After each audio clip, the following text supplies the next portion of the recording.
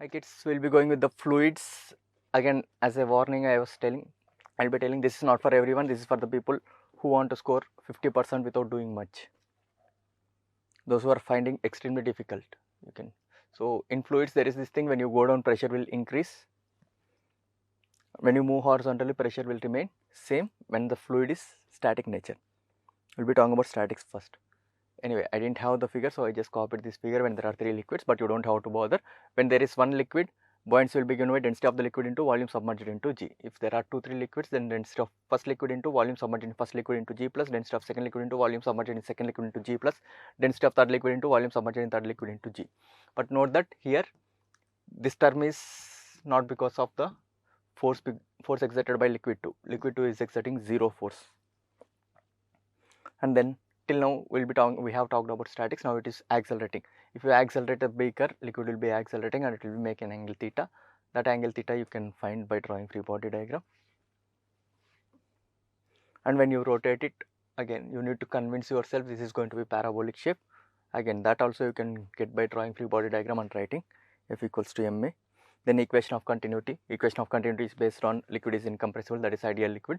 Volume incoming equals to volume outgoing. From there you will be getting rate of volume flow is A1 V1, which is equals to A2 V2. Then you will be talking about Bernoulli's theorem.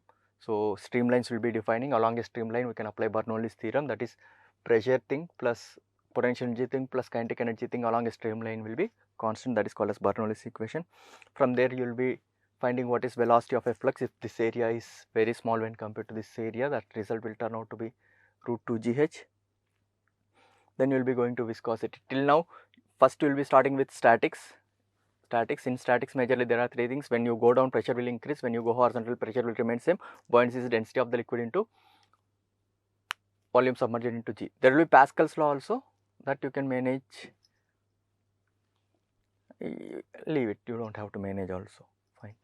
Then going to accelerating thing. So when a beaker is accelerating horizontally or when the beaker is rotating, then comes viscosity. So viscosity, there will be this formula when both kind of thing is moving in a viscous fluid, and dimensions of viscosity are kind of important, and the conversion CGS unit to SI unit, and Stokes law. So when there is a spherical object falling, then there will be viscous force on it depending on the velocity, 6 pi eta RV, in opposite direction to the velocity. And terminal velocity, when will terminal velocity be achieved? When weight is balanced by buoyancy plus viscous force. I didn't write it, but we can manage by drawing FPD and writing net force equals to 0.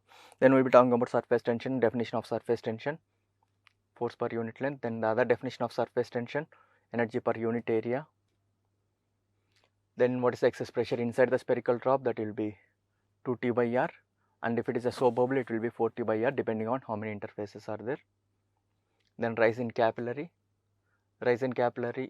yeah, so capillary radius is R and meniscus radius is capillary. The relation between them is R cos theta equals to R.